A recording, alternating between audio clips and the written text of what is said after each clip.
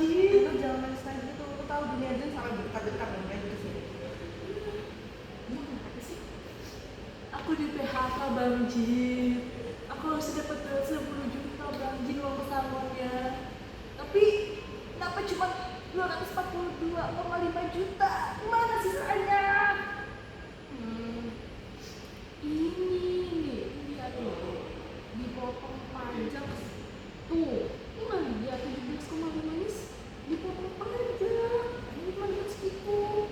Oh, ya tahu. Gimana sih lu? Terus kan aku ikut kelas fiskal di kemarin itu loh. Apa sih namanya? Output gitu. Tapi kemana duitnya hilangnya? Ke negara. Apa itu negara? Wah, saya kenapa di sini? Lah, terus kenapa bisa di sini? Hah, gimana? Wah, temen lu panik. Berarti si Jinti itu kan tadi pas gue ngomong ya. Salaman. Ya udah sekarang dia makan bos lu pasti udah ada. Ya udah udah ada dikasihnya sih 17 kemarin itu kemana? Lu kira kan bosnya sih. Jadi, iya bener sih mas. Mas, boy. Lihat sini dong, Margas. Kayak ada gitu kan mas. Saya kan misalnya kan, Oh, iya kan ada. Kan bisa tinggal dia. Berapa? nah gitu kan. Udah. Udah jadi. Iya. Oh, ada 17 kemarin. Uang pesangonnya harus dipotong 5 jam. Jadi sekali tiga kenapa kok masalah saya sih dipotong pajak? Maksudnya saya itu pajaknya itu hak saya kan kalau gitu. Jadi kayak uang saya jadi hilang. Dulu kali. Dia dijelasin dulu. Jangan kesedihan dulu. Ya udah balik kita dengerin aja penjelasannya biar kita tahu semua nih. Oke.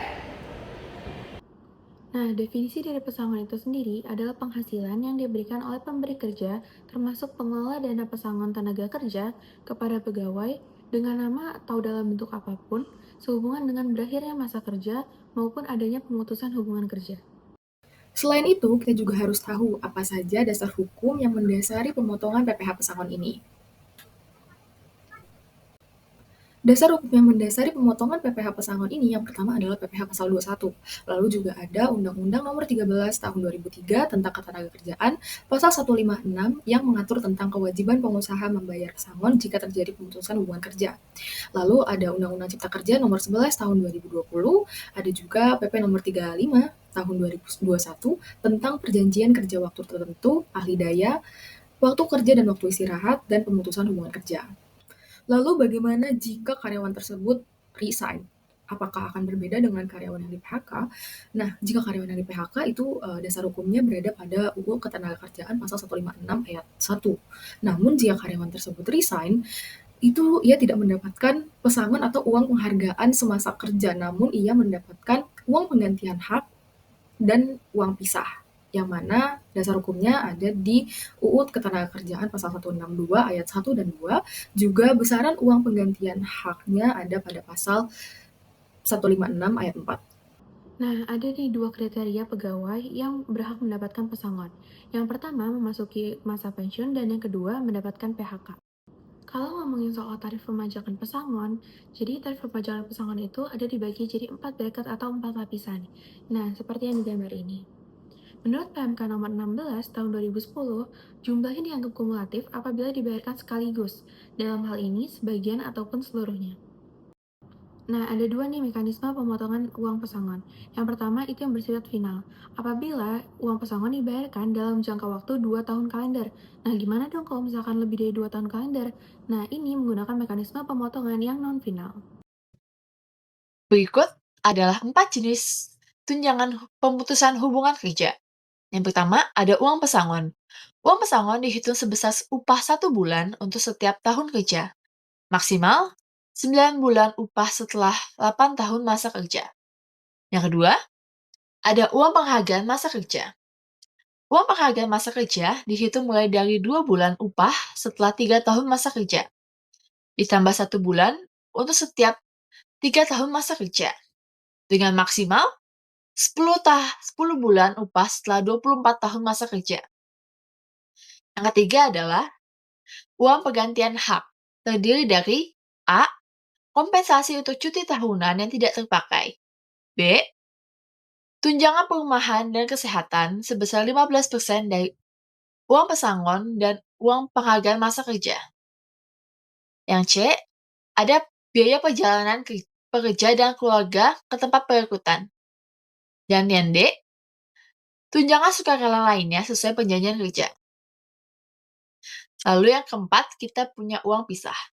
Uang pisah sendiri adalah tunjangan pemutusan hubungan kerja yang disepakati di tingkat perusahaan.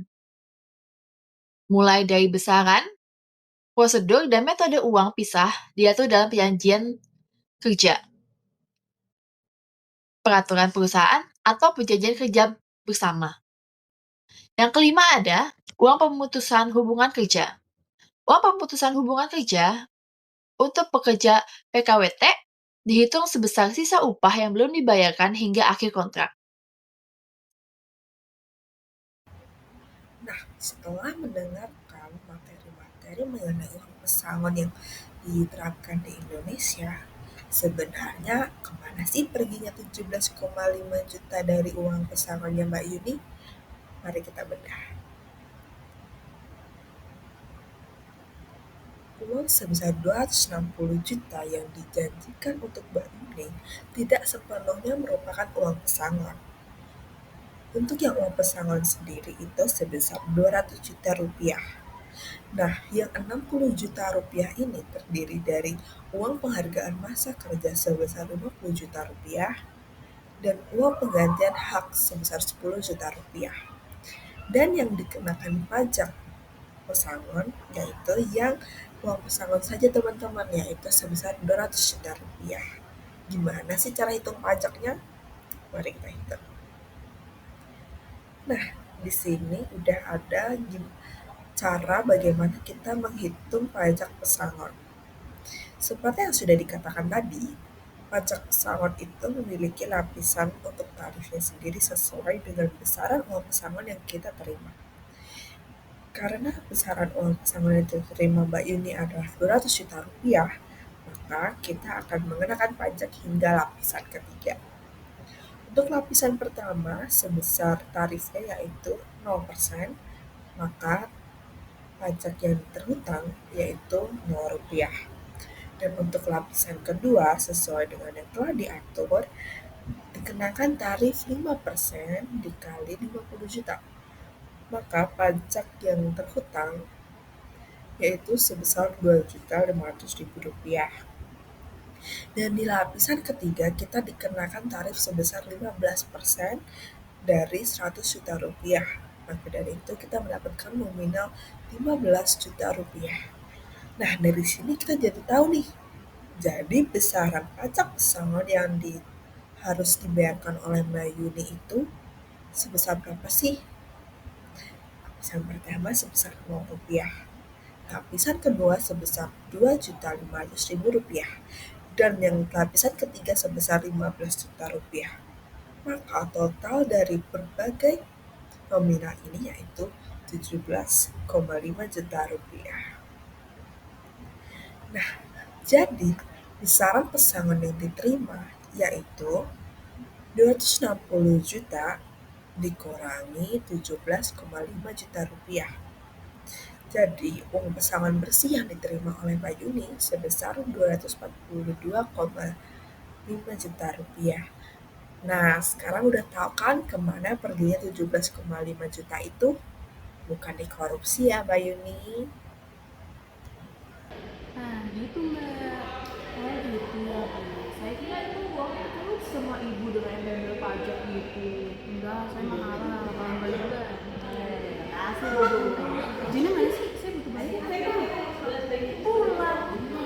Meanwhile,